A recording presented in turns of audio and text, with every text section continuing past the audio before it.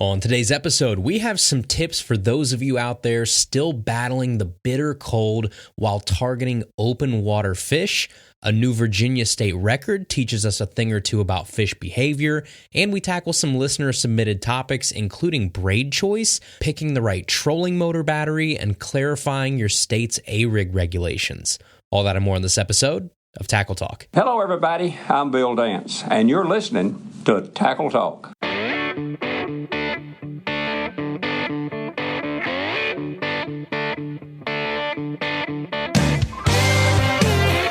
Welcome to the Tackle Talk Podcast, brought to you by American Legacy Fishing and Outdoors. World-class fishing gear, unmatched personal service. Now, here's your host, Andrew Hayes.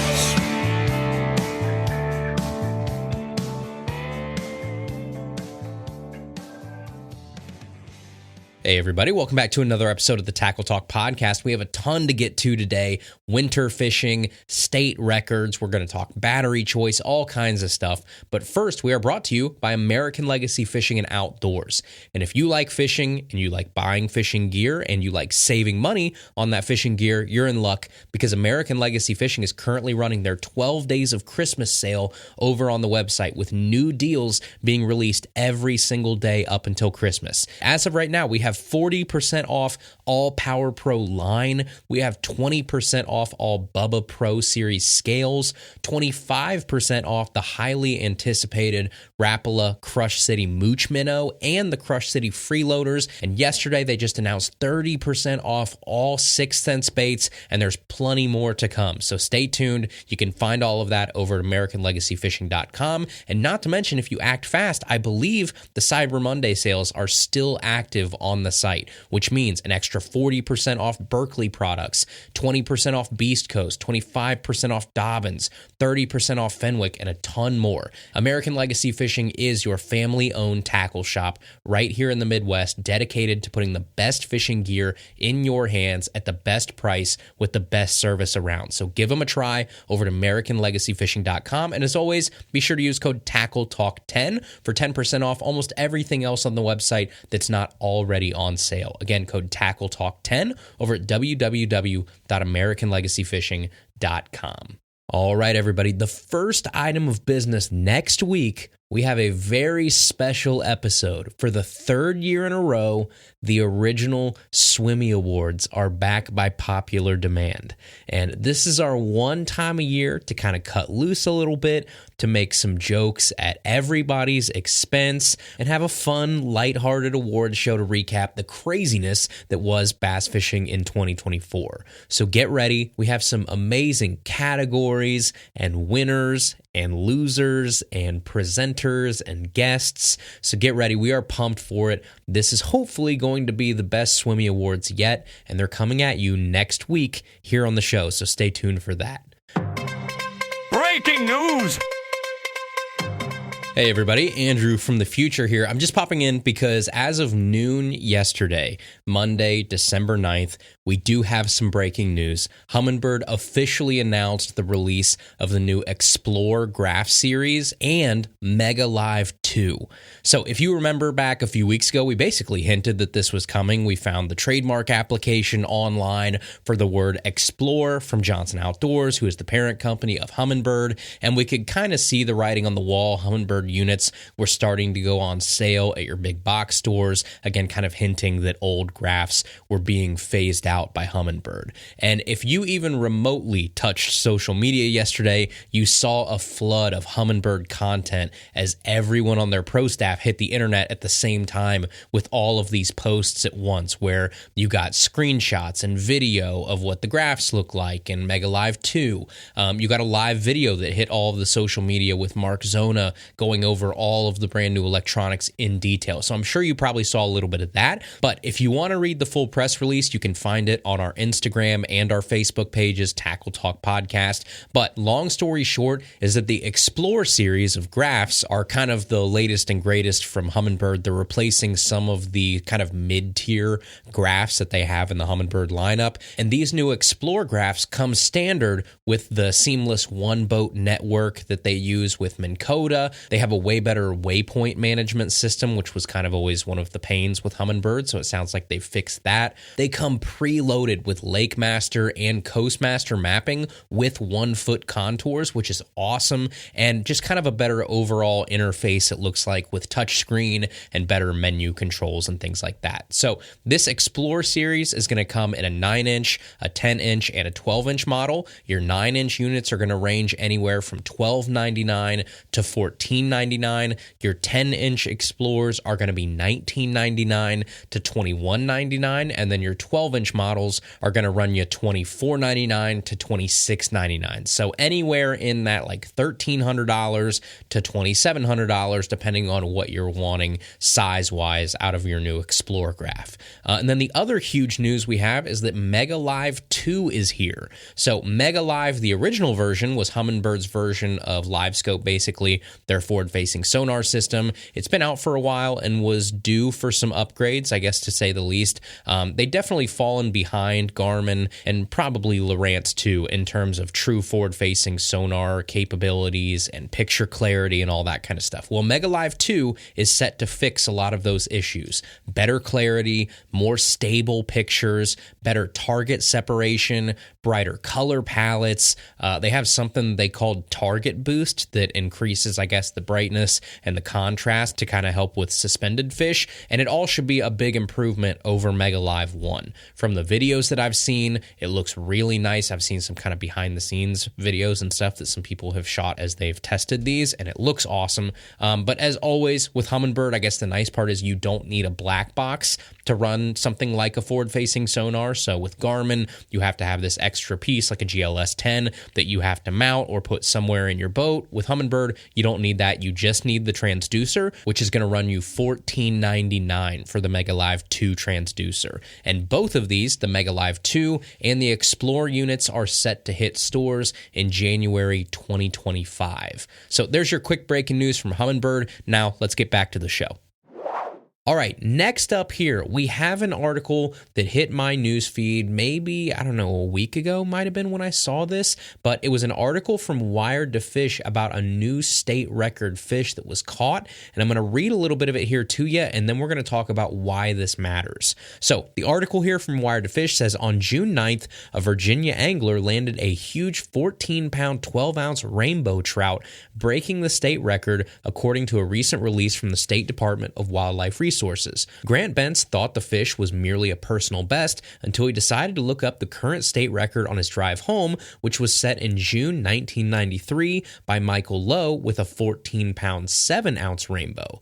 Bentz had won out that day, but it wasn't the first time that he'd hooked this record-breaking fish. I've fished this stream for probably 20-plus years, and I've caught some really nice trout out of it. It's not stocked water, it's all private land, but this stream connects to several other rivers that receive stockings, he continued. So trout have the opportunity to grow up and to gain some size, but I never expected to catch one quite like this. All that changed on June 8th. It was his last cast of the day, and he was throwing a gulp minnow on a jig head. I saw this huge flash deep in the pool. The large head came up and gulped the jig, he said. I set the hook, and the battle ensued. It was 5 minutes of chasing this fish. I was wearing waders, and I was running up and down the stream because I couldn't stop it. It was just so big. I finally got it to the net, but because it was just too heavy, the jig head bent, and I lost the fish.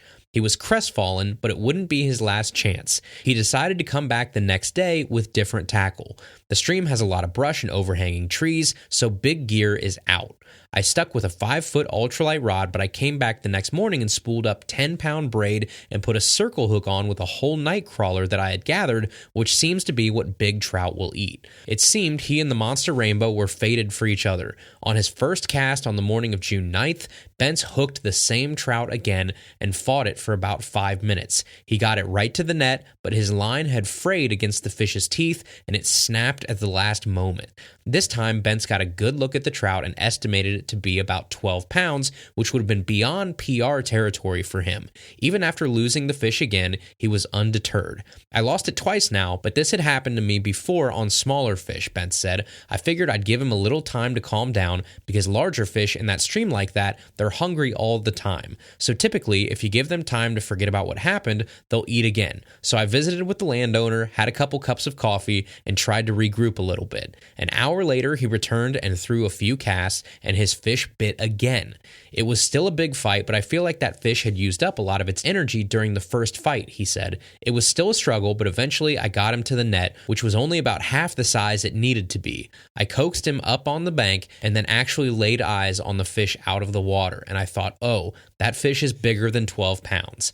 He took photos and measured the fish, officially recording a length of 33 inches and a girth of 19.5 inches when he broke out his handheld scale and saw 14 pounds, 12 ounces. Bent said it blew his mind. When he realized the fish in his cooler was a new state record, he stopped to weigh it on a certified scale at the Stokesville Market in Mount Solon, where it was verified by a Virginia DWR employee. The next day, he took the new state record rainbow trout to the DWR office in Verona for an official inspection and to fill out a record application. While Ben says he plans to have a replica made of his state record-breaking rainbow trout, the actual fish has joined the cycle of life. Surprisingly to some, he filleted, cooked, and ate his rainbow. So there you go, dinner and a state record, I guess. But I know what you're thinking. Andrew, this is a bass fishing show. Why do we care about a state record rainbow trout being caught on a night crawler in Virginia? Well, we care about it because this shows you the right approach to catching the same fish multiple times or having a chance at a fish that you missed in the past. Change up your approach. This guy, over the course of 3 chances, switched his baits, he switched line, and he was cognizant of the time that he had in between attempts. And this hit home for me a little bit because I'm reading a book right now that many consider one of the best scientific and biological books on bass out there. More to come later because I don't want to spoil it right now. We're going to do a whole review and recap of what I learned from this book down the road once I finish it. But last night, I was reading the part about a fish's brain and how it utilizes associative learning. And without getting too nerdy and in depth here, the act of relating positive or negative consequences with circumstances or objects is called associative learning. This is the traditional training method, right? It's like Pavlov's dog. You ring a bell every day and then you feed that dog immediately after you ring the bell. Eventually, the dog associates the sound of the bell with food and it starts to drool when it hears that bell. That's a positive example of this. But fish utilize the negative version of this too. So if a fish hears a particular rattle of a certain crankbait and then strikes and is caught and released, that fish can attribute that trauma of being hooked and fought and being, caught and removed out of the water for a short period of time with that distinct rattle. And this whole situation, I guess, triggers synapses, I think they called it, in the fish's brain. And the more that particular synapse is used, the easier it is to access in the future. So the more times that fish is caught on a rattling crankbait, the less likely it is to eat a rattling crankbait in the future. And the degree of associative learning varies obviously fish to fish, they're individuals, but overall, this is a phenomenon that exists and has been scientifically proven in a lot of different fish, bass included. So what does that mean? It basically means fish aren't dumb. They learn. And just like this guy said, okay, I fought this fish hard on a gulp minnow and a jig head, I'm going to go there and not throw that next time, right? I'm going to do something different.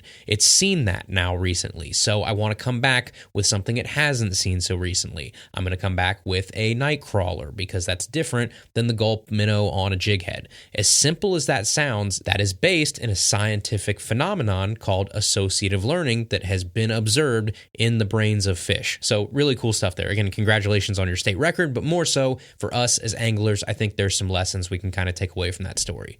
Okay, everybody, next up here, as I sit here at my desk preparing to go outside and battle 3-degree wind chills in my kayak in the pursuit of little brown fish, I figured this might be a good time of year to hit some really quick tips for fishing in the frigid cold for those of you that are listening like I am in climates similar here in Ohio. Like if you live down south, good for you, I guess. I'm jealous. I guess you can kind of kick your flip-flops off and enjoy a nice cold drink and laugh at our misery for the next section of the show, I guess. But for those of you that, like me, have been absolutely smacked in the face by old man winter the past few weeks, the style of fishing around here is changing drastically. Fish are no longer insanely active. They're not jumping out of the water to eat your lures anymore. They are slowing down and they're moving for winter. And after these past few weeks here, we can officially declare fall fishing completely dead around here. Time of death, Friday, February 29th at like 7:03 a.m. May fall fishing rest in peace for another 9 months. So now we have our eyes set on winter fishing. And with winter fishing comes challenges specifically to winter. Dealing with below freezing temperatures for us up here in the north means dealing with very niche issues that we don't normally deal with the rest of the year. And some of those may apply to like ice fishing too, but I'm mainly talking about open water fishing where it's cold, but it's not completely frozen, right? Rivers, creeks, even some lakes, depending on the day, the water around here is still open. It's just so darn cold. So maybe it gets like a skim of ice during the night, but then, in the rest of the day, it kind of melts again. That's kind of where we sit. We're in this weird, just frozen, unfrozen purgatory here in Ohio. So it's a very unique situation because my buddies up north just get to go sit on a bucket and ice fish. And that's cool, but that's a whole different beast than what we're trying to do down here, braving sub-freezing temperatures while still targeting open water fish. So today, I've got a few tips, hopefully to help you if you are out there in those miserable situations like I am. So tip number one here is going to be that clothing is everything. We've talked about this before in different circumstances, but in the wintertime, I've really come to believe that my clothing is the most important gear that I have because without it, there is no fishing. So that means a very good base layer. Again, we've talked about this at some point in the past probably year or so, but for me, I like the Under Armour stuff in terms of like a true base layer. It's great. It's a little expensive, but it's worth it. If you buy it, you'll thank me later. But then I'm typically going to move to more of like a tighter performance layer on top of that base layer, or maybe like a wool long john style layer. Again, fairly tight to the skin. You don't want this second layer super loose because you're going to want that additional room for the additional layers you're going to put on top of it, and you don't want to feel like a Michelin man. So you've got the base layer, which is like very skin tight performance type gear, and then you've got a second layer, which again could be still tighter performance thermal gear, or you're looking at more like wool long john style, and then I'll opt for like a warmer long sleeve shirt and warmer sweatpants, and that's usually like my third layer. And then the fourth layer is typically like a warm hoodie. So that could be like my Mossy Oak hoodie, which I love. That could be an Aftco Reaper hoodie, something along those lines. And then I'm going to go with my Cabela's insulated waders. And then my fifth layer is like my outer coat. And that's typically how I stack my clothes in the winter. And that still lets me have this free range of motion. Again, you don't feel like you're the Stay Puft Marshmallow Man just walking around, with your arms out to a T because you can't move anything. You've still got plenty of dexterity. You still got plenty of movement. Range of motion is good. Casting is clean. All that kind of stuff. And that makes a big difference. I used to be the guy that just bought super cheap gear and put on like 50 layers. And then I started to realize, well, that hinders you a lot. And my enjoyability out on the water has increased drastically as I've gotten a little better layers and I've had the chance to kind of keep the number of layers to a minimum like 4 or 5 while still being able to move freely. So that is the price that you pay. Obviously, pay a little bit more for your clothing, but it's worth it in the long run. And now that brings us to our next tip here, and that is that the setup that I use is great if you're in a boat or you're on foot or you're wading, but when you're in a kayak, that clothing setup can be dangerous because you have full booted waders on.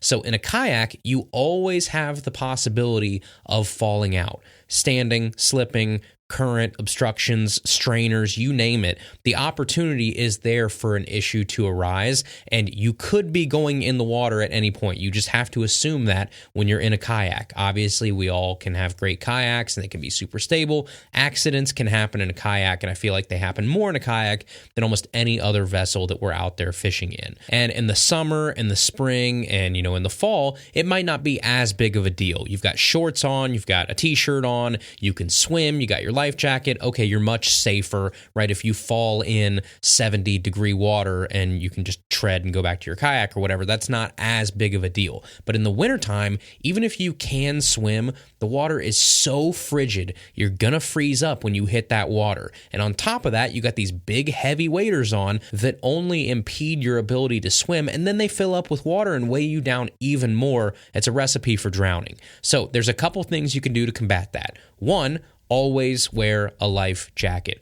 Golden rule all times of year, but especially in the wintertime. And look, I might not be perfect. I'm not going to sit here and tell you that I wear a life jacket on my kayak 24/7 because I don't, right? You guys can probably look at pictures and find pictures of me in the summertime or whatever where I don't have a life jacket on. Should you always wear a life jacket? Yes, you should. Every kayak angler will tell you that. But there are times where, I'm in 4, 5, 6 foot of water. I'm in calm conditions. It's hot out. I don't have a life jacket on. Honestly, if I fell in the water, it would probably feel great, right? I'd probably get some relief. So it's not the worst thing in the world, but any sort of situation where there is even a remote bit of danger, you should have a life jacket on at all times. Even if you're like me and maybe you get a little loosey-goosey with your life jacket in some other seasons and situations, always have it on in the wintertime. Always, no exceptions. Now, another thing you can do to help with this is if you're going to wear waders in a kayak, which again, I wouldn't recommend, it's not the smartest thing to do, but if you're like me and for some reason you do,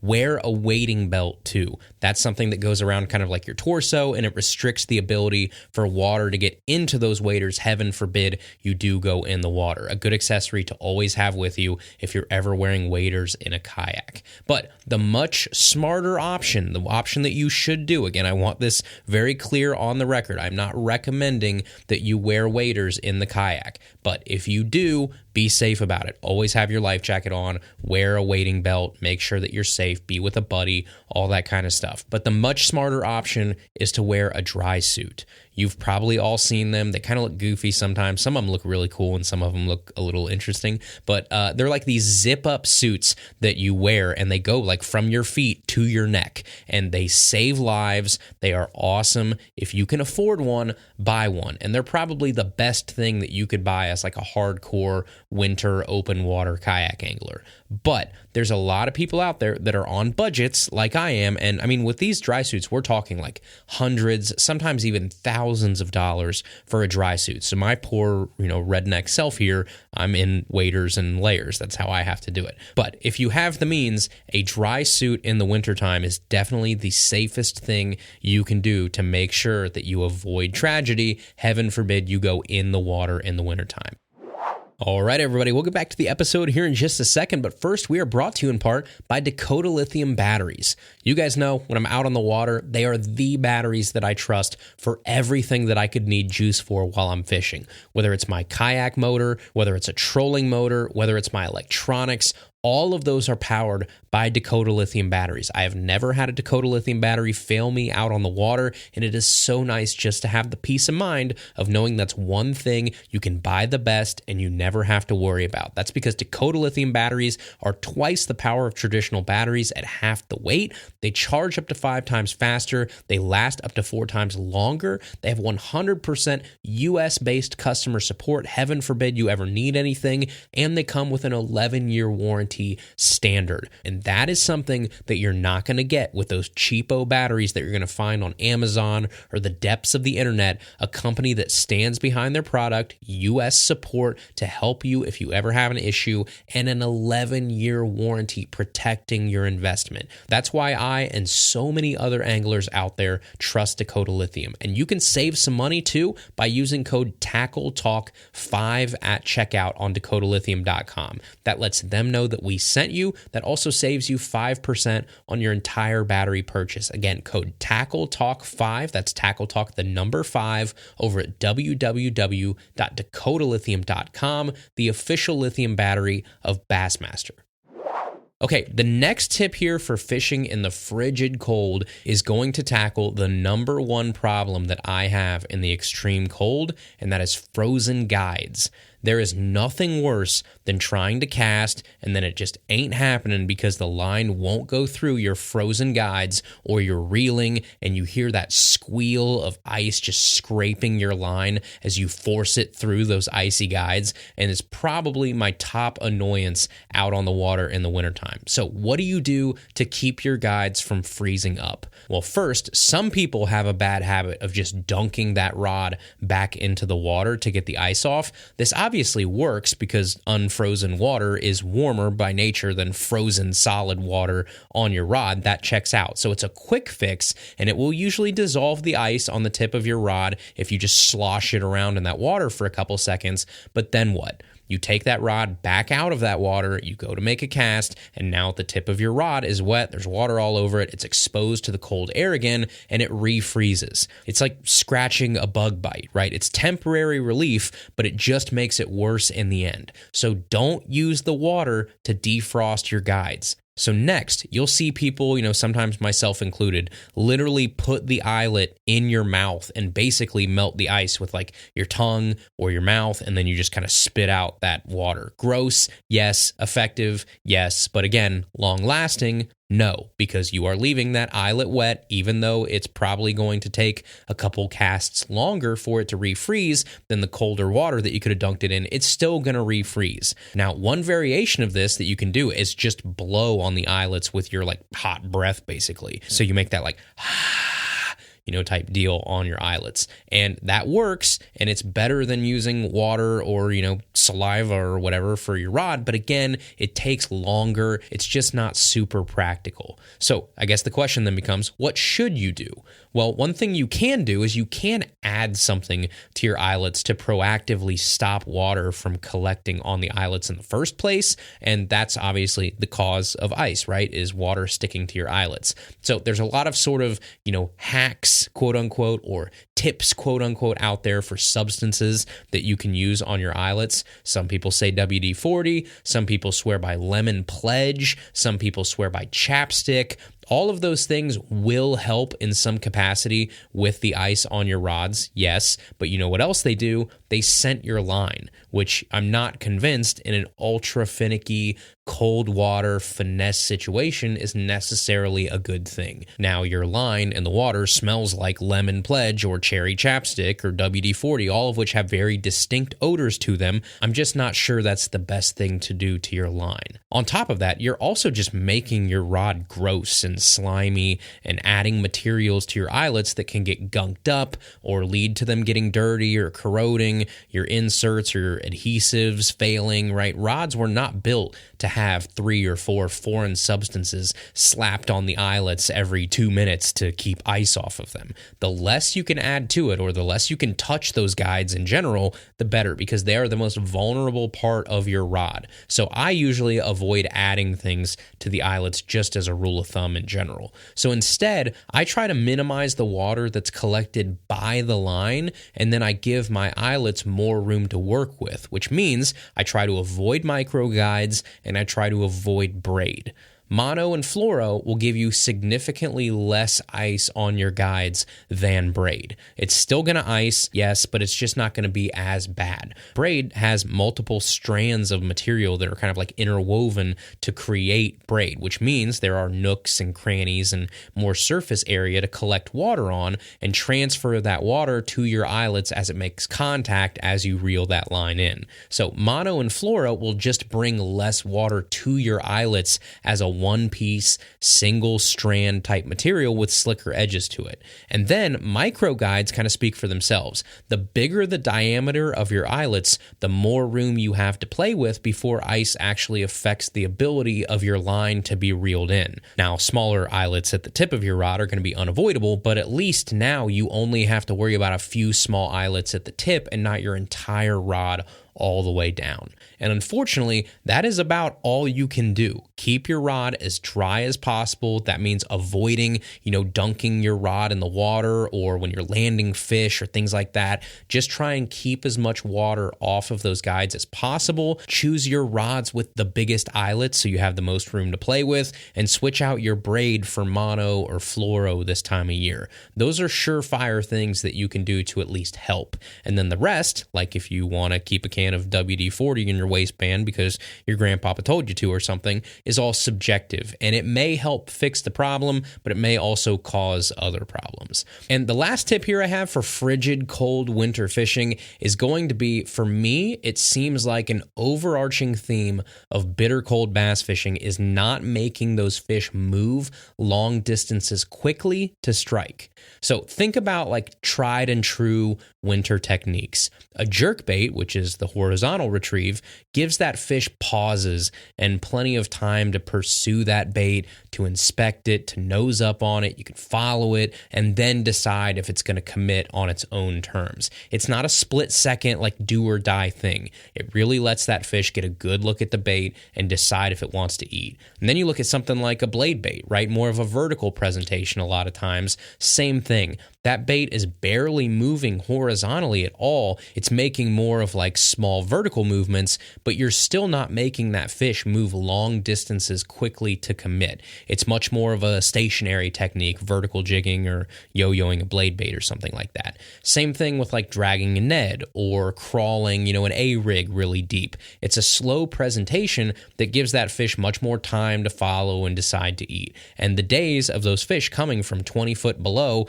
like a rocket to blast your spook or a burning spinnerbait or a buzzbait or something are over at this point. It's time to slow down. It's the same reason why like a jighead minnow plays all time of year. Yes, when you cast the jighead minnow, if you watch them on like forward facing or something, you will see some fish that when that bait, first hits the water, maybe they realize it and they kind of look up and they start to sort of meander that way, and they might kind of like meet it somewhere in the middle as it's falling down. But they're still just like kind of slowly swimming up to inspect it. They're not zooming up there like a rocket anymore. It's a much slower time of year. And the way that I think of this is almost like, might not be a perfect example, but this is kind of how it goes in my brain.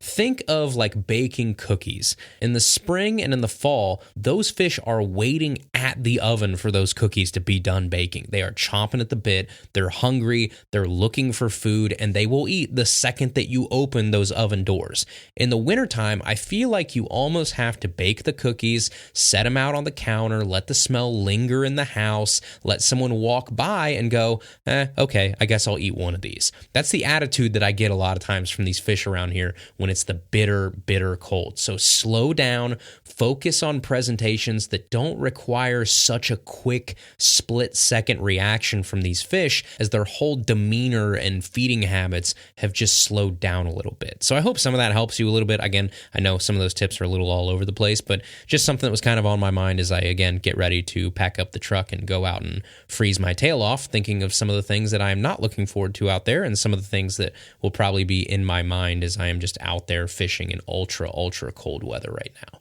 Okay, and finally here, to close, let's pop open the mailbag powered by Dakota Lithium. This is the Tackle Talk Podcast mailbag, powered by Dakota Lithium Batteries. Adventure awaits at dakotalithium.com.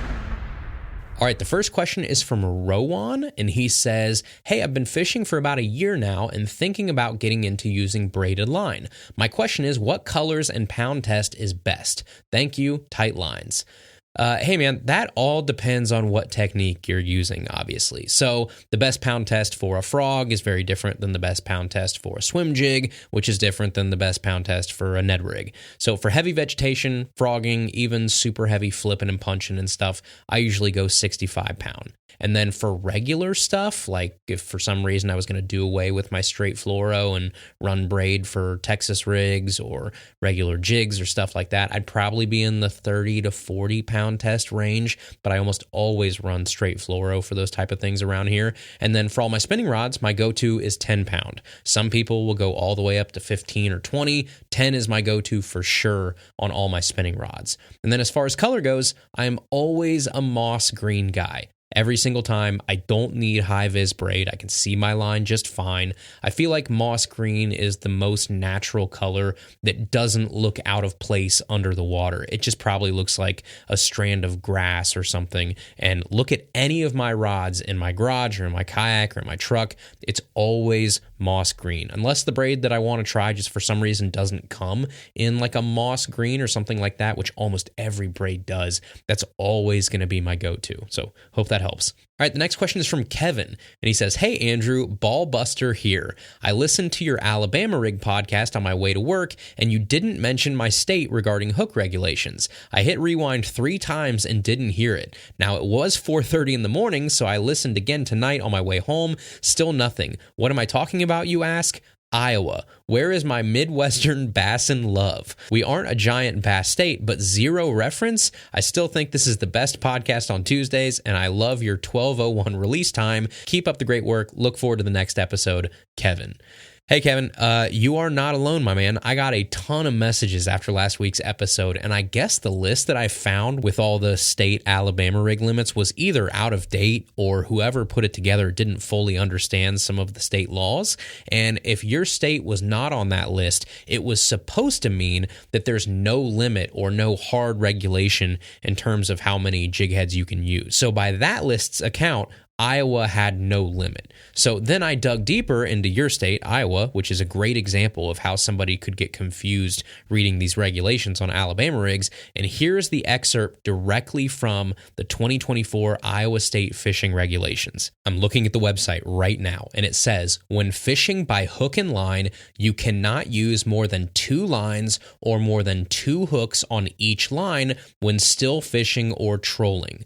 One hook is a single, double, or triple pointed hook, and all hooks attached as part of an artificial bait or lure are counted as one hook. So I read that, and to me, that sounds like any amount of hooks that are part of one lure or bait is counted as one hook by your regulations, and your regulations allow 2 hooks. So a jerk bait that has 3 trebles on it is counted as one hook in Iowa. That's how I read that. So that basically lets people like donkey rig things. So for some reason, if you wanted to have a rig where you had 2 jerk baits like simultaneously playing off of each other or something, and you had them on like a little 3-way swivel or something like that, you could do that because each of those lures in Iowa is counted as one hook. So even though a jerkbait has, I guess technically 9 hook points, if it has 3 trebles, it's considered one hook for these regulations so that you can use 2 of them at a time if you wanted to. 2 hooks overall is the limit in Iowa. It just counts a lure as one hook, which is weird. So as I read that, an Alabama rig would count as one hook regardless of how many jig heads you had on it because it's all one bait. But then the very next sentence says an Alabama rig or umbrella rig is not an artificial bait or lure. So my first question, I guess, is then what is it? If it's not an artificial bait or lure, what are you calling an Alabama rig? Is it just a rig? Is it a contraption? What are the regulations on those? It's just kind of open-ended. But if I really want to dig on this, this leads me to assume that Iowa doesn't recognize the 5 arms of an Alabama rig as one lure, but rather 5 different lures. It recognizes each arm of the A rig as its own lure, which means the 2 hook limit is back in effect. So yes, I guess the way that you should read that is that on an Alabama rig, you should only have 2 hooks on that A rig, but it's definitely confusing. And I would assume I'm not the only one that could get confused by that. Yes, I know I'm kind of like dumb redneck kid from Ohio, but reading that and really just sitting there and looking hard at it, it does not make it super easy for you to like look and be like, oh, I can only use 2 hooks on my Alabama rig. It's a very weird way of wording that. So bottom line, I guess, is that Alabama rigs are tricky. And when in doubt, just ask your Department of Wildlife or your game warden what's legal, and boom, problem solved. But yes, it does sound like that list from last week's episode that tried to compile all 50 states and say which ones had hook limits and stuff probably had a few issues with it. All right, and the next question here is from Lane, and he says, "Hi, Andrew. I live in California, and I'm 14 years old. I absolutely love your show and have learned so much about bass fishing. My question is, have you ever tried to fish for smallies in creeks using ultralight tackle and techniques? Tight lines, Lane." Hey, Lane. Yes, short answer is I have. That's actually kind of how I learned to fish, and it is the absolute best. If you haven't got the chance to just go into small water and chase smallmouth, do it. You will have an absolute blast. With ultralight gear, it makes it even more fun. On an ultralight rod, even like a 11, 12-inch smallmouth feels like a beast. So I've got some great memories of just tromping in small creeks with a little Meps or a Panther Martin or something like that on like a 6-foot ultralight rod. So do it. If you have smallmouth, if you have a creek that's like a foot deep or deeper, go try it. You'll be really surprised how many smallmouth live in that small a water and how little pressure they get because everybody overlooks them. So they're just feisty and kind of ready to hit anything that lands within like 10 feet of them. Highly, highly recommend. All right, and the last question here is from Bob, and he says, "Hi, Andrew. Bob here from Plymouth, Massachusetts. Quick shout out before I ask for help. I only consume fishing media in a few ways. Tackle Talk Podcast and Bassmaster Spanish Fly reruns on YouTube. The Tackle Talk Podcast is so well produced, clean, and informative. The no-nonsense nature of the show paired with the diverse lineup of guests really makes it a one-of-a-kind product. I'm 34 years old, but I don't participate in social media, so forgive me that I have never stroked the algorithm in the new world fashion. I just keep pressing play every Tuesday. I could go on all day about how I enjoy the show, but I really reached out for your help selecting a Dakota lithium battery that suits my needs. If I'm not in my Ascend DO10, I'm probing shallow waters in a Pond Prowler 10. Which Dakota lithium battery should I be selecting for a 40-pound thrust trolling motor and potentially a Garmin Striker? Appreciate any help. Thanks and take care, Bob." Well, thanks, Bob. Appreciate it. A fitting way to end the mailbag here, powered by Dakota Lithium, a battery question specifically about Dakota Lithium. Well done, Bob. So the first thing I would say is that I would probably kind of disregard the Striker because they take so little juice to run like a Garmin Striker that it is like not really even something that you have to really consider in this question. The big thing you're going to want to consider is the trolling motor. The Garmin, just hook it up to it, you're fine. So if we're looking at the trolling motor, the first thing that we'd probably want to know is the exact trolling motor that you have and then the max amp draw on it. So let's say, just for argument's sake here, it's a Minn Kota Endura.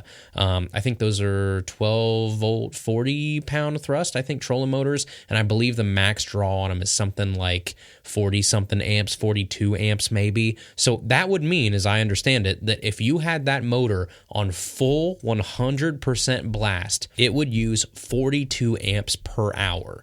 Now, like we've said, before on the show, nobody does that. You'll never do that. You're never going to go out with your trolling motor on its highest speed and just keep your foot fully down for a full, hour straight without ever taking your foot off at 100% throttle. And then 100% throttle uses substantially more juice than 80%, 75%, 60% or less, where most people, when they're using their trolling motor, you're using it for a few seconds, you make a cast, you reposition yourself, you go down, a bank line for a minute. It's intermittent. It's not constant. You're not sailing across the Atlantic with your trolling motor on full speed. That's not what trolling motors are for. So if you look at something like Minn Kota, they usually recommend, I think, 100 amp hours for like 6 to 8 hours of runtime.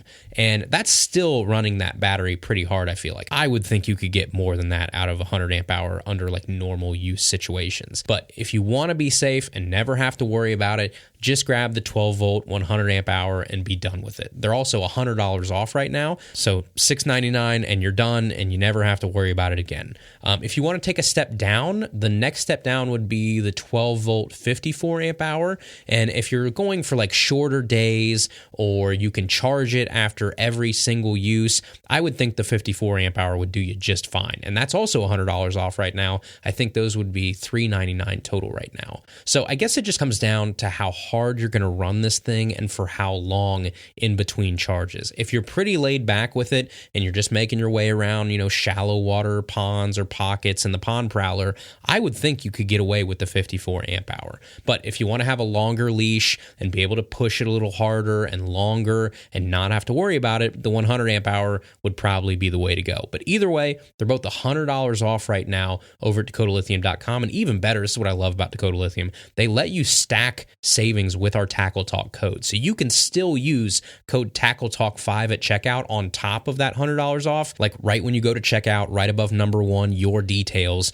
in that section, you're going to see a little button that says like have a coupon. If you click that, you type in Tackle Talk 5, it makes that 54 amp hour battery $379 right now, and it makes that 100 amp hour battery $664 right now, as long as you use that Tackle Talk 5 code. So great savings. It's a great time if you need a battery, if you're in the market in general. Great time to head over to Dakota Lithium. But yeah, I would say either the 100 amp hour or the 54 amp hour, just depending on your needs. Those would be the two I'd probably recommend. So hope that helps you. Thanks, Bob. All right, everybody, that is our episode today. Thank you guys so much for listening. Appreciate it. As we said in the intro, remember, next week is the Swimmy Awards, so get ready. It's always a fun time. We have a blast. It's very different than our normal weekly episodes. We get to kind of kick back, have a little fun, again, at some people's expenses. Everybody's a really good sport about it, and we get to have some laughs and just kind of chuckle about everything that was bass fishing in 2024 and cut a little loose for once. So that'll be next week. Look forward to that. Swimmy's coming at you, but other than that,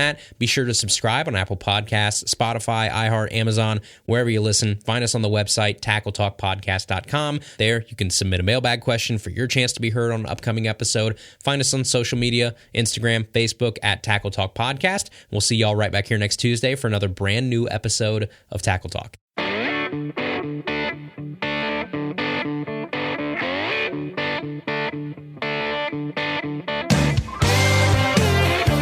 Thank you for listening to the Tackle Talk Podcast. Tackle Talk is produced by Andrew Hayes. Copyright 2021. Please subscribe on Apple Podcasts, Spotify, or wherever you listen to podcasts.